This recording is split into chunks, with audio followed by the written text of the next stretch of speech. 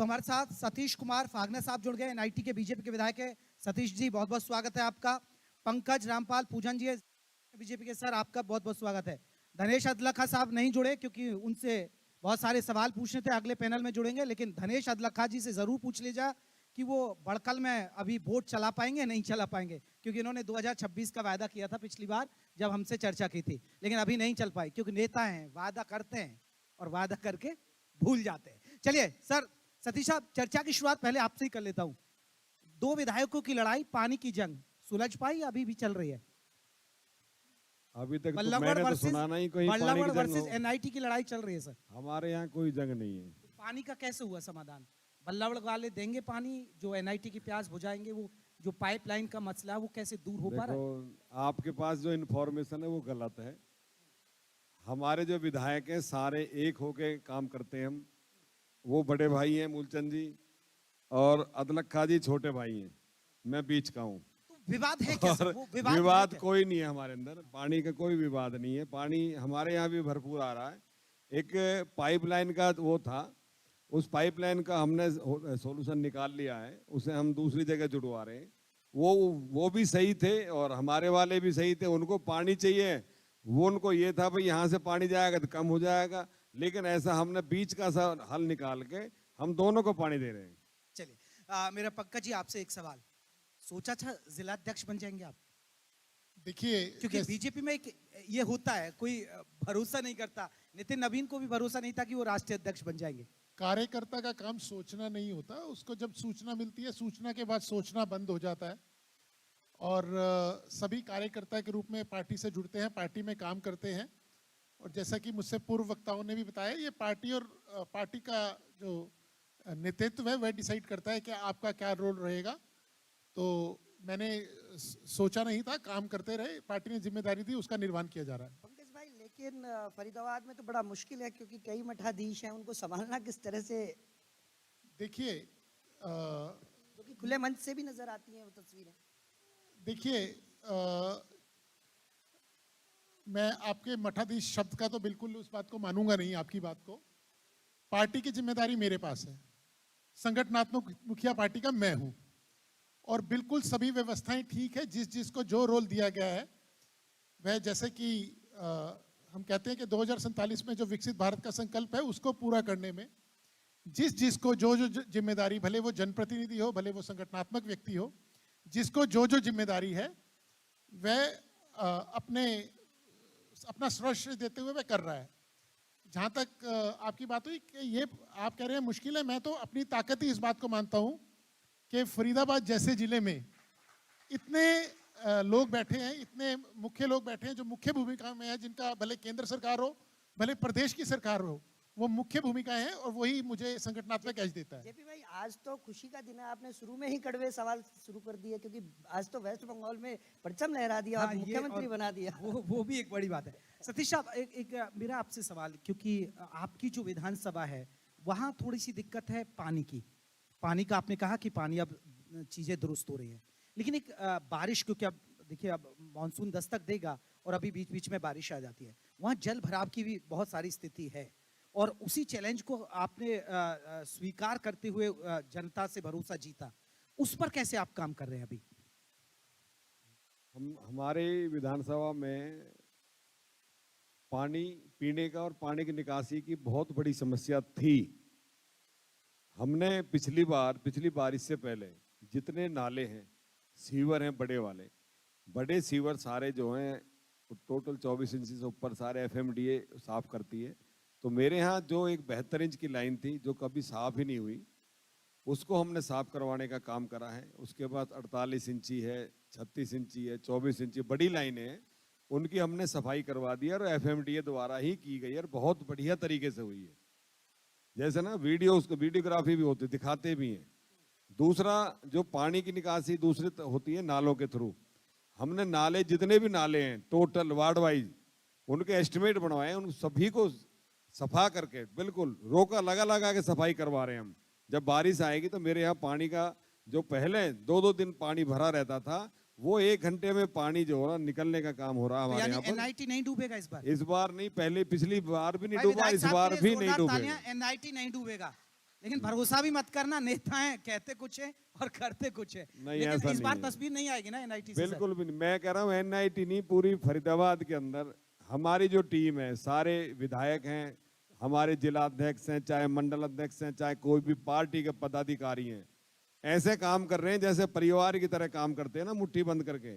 सभी एक दूसरे के उसमें है, क्योंकि हमारी सीवर लाइन भी कुछ ऐसी है, जैसी कुछ बटखल के साथ जुड़ रही हैं, कुछ बल्लभगढ़ के साथ जुड़ रही हैं, लेकिन हम सब मिलकर काम कर रहे हैं और बढ़िया तरीके से। पिछली बार भी पानी नहीं भरा, फरीदाबाद के अंदर भी आप देख सकते हैं, चाहे बटखल हो चाहे ओल्ड फरीदाबाद हो, पिछली बार भी पानी नहीं भरने दिया। ये हमारे जो है ना आदरणीय नायब सैनी जी और आदरणीय चौधरी कृष्णपाल गुर्जर जी के सख्त आदेश रहे हैं, कहीं पर भी पानी नहीं भरना चाहिए। तो पिछली बार भी बारिश में पानी इतना नहीं भरा जैसा पहले भरता था। चलिए सर, मैं लौटूंगा। पंकज जी, हाँ, पंकज जी। लगातार जिस तरह से देखा जाता है कि बीजेपी हर वक्त चुनावी मोड में रहती है, कार्यकर्ता को आप लगाए रखते हैं, क्या कभी ऐसा हुआ है कि कार्यकर्ता कहते हैं यार मैं तो थक गया अब बहुत ज़्यादा, क्योंकि कभी वेस्ट बंगाल ड्यूटी लगा देते हैं, कभी असम लगा देते हैं, तो अब पंजाब में इलेक्शन है तो पंजाब भेज देंगे, तो लगातार उनको काम पे लगाए रखते हो, क्या उनको थकावट नहीं होती? कभी ऐसी चुनौती आई है आपके सामने?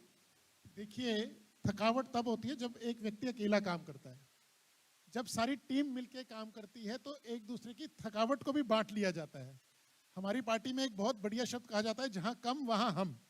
तो अगर किसी कार्यकर्ता को थकावट फील भी होती है, वो बोलता नहीं है, मगर हम उसको समझकर अगली व्यवस्था की तरफ जाते हैं और बाकी लोग उस रोल को बढ़िया निभाते हैं। विधायक जी, जिस तरह से पानी निकासी की बात होती है, एक सबसे बड़ी बात यह है क्योंकि एक पुराना औद्योगिक क्षेत्र है फरीदाबाद, लेकिन अभी भी हमने देखा कि ट्रैफिक व्यवस्था बड़ी चरमराई हुई है, लोगों को परेशानी उठानी पड़ती है, बहुत कंजेस्टेड एरिया है। उसको लेकर किस तरह की प्लानिंग तैयार की जा रही है? और आपके वाले क्षेत्र में तो थोड़ा सा और ज्यादा बढ़ जाता है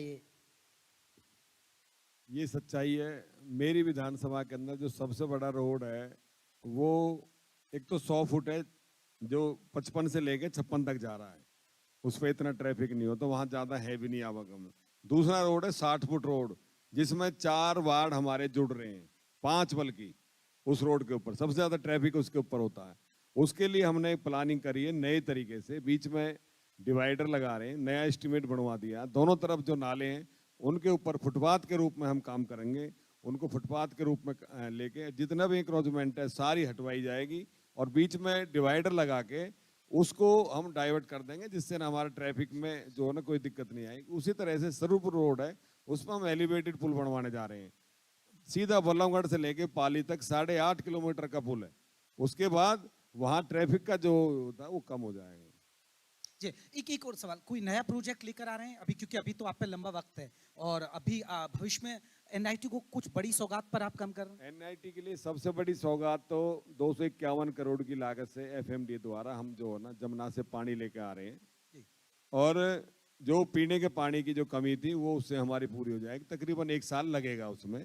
उसके अलावा भी हमने हमारे यहाँ पर तकरीबन 18 MLD पानी था और 7 MLD पानी 8 MLD पानी हमने बढ़वाने का काम करा अब, जिससे कि हमारे यहाँ पानी की वैसे भी कम जो है ना पहले जैसी समस्या नहीं रही है।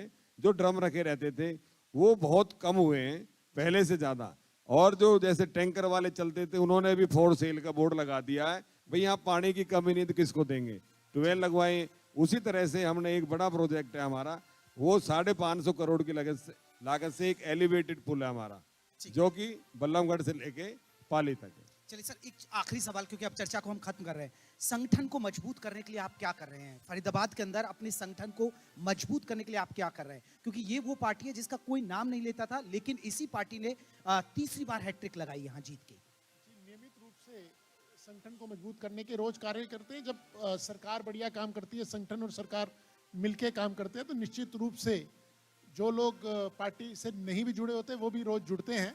पार्टी के नियमित कार्यक्रम चलते रहते हैं, संपर्क के कार्यक्रम चलते रहते हैं, और जैसा जैसा मोदी जी के नेतृत्व में और नायब जी के नेतृत्व में हरियाणा सरकार काम कर रही है, निश्चित रूप से उससे कार्यकर्ताओं की संख्या बढ़ रही है। चलिए, बहुत बहुत शुक्रिया, मैं माफी चाहूंगा, कुछ कहना चाह रहे थे, जल्दी से आप रखिएगा। दूसरा एक प्रोजेक्ट और आ रहा हमारा सारी विधानसभाओं के लिए, एक रैपिड मेट्रो का भी जो आप बड़ा प्रोजेक्ट पूछ रहे थे जी। उसमें से हमारे यहाँ पर जैसे एक अनाज गोदाम के यहाँ पर एक स्टेशन मेरे यहाँ भी जो मेरी पूरी कॉलोनियों को कवर करेगा, और सीधा ये जो है रैपिड मेट्रो जेवर के लिए एयरपोर्ट के लिए जा रही है गुड़गांव से।